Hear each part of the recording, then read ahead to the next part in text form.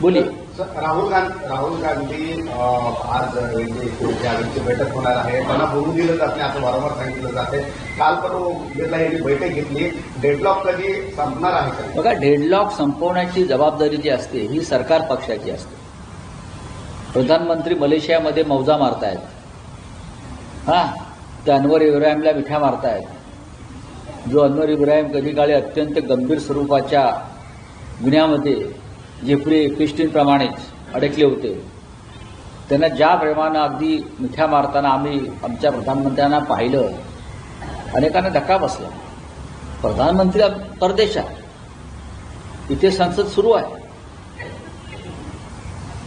या देशाच्या म्हणजे लोकसभेतल्या विरोधी पक्ष नेत्याला बोलू दिलं जात नाही आणि परदेशात जाऊन लोकशाहीवर लेक्चर देत आहेत, व्याख्यानं देत आहेत।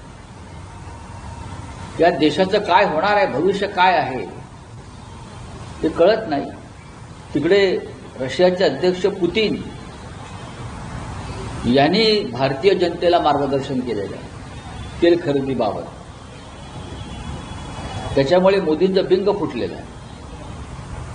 मोदी यांनी पूर्णपणे ज्या पद्धतीनं प्रेसिडेंट ट्रम्प पुढे गुडघे टेकलेले आहेत ही अत्यंत चिंताजनक धक्कादायक गोष्ट आहे। अशा वेळेला लोकसभेत देशाच्या राष्ट्रीय सुरक्षेच्या मुद्द्यावर या देशाचे विरोधी पक्षनेते राहुल गांधी काही भूमिका मांडत असतील, त्यांना रोखणं, त्यांना बोलू न देणं हा एक प्रकारचा देशद्रोह आहे। ओम बिर्ला यांच्या विरोधामध्ये अविश्वासाचा ठराव विरोधी पक्षाने आज त्या संदर्भातली नोटीस देण्यात येईल।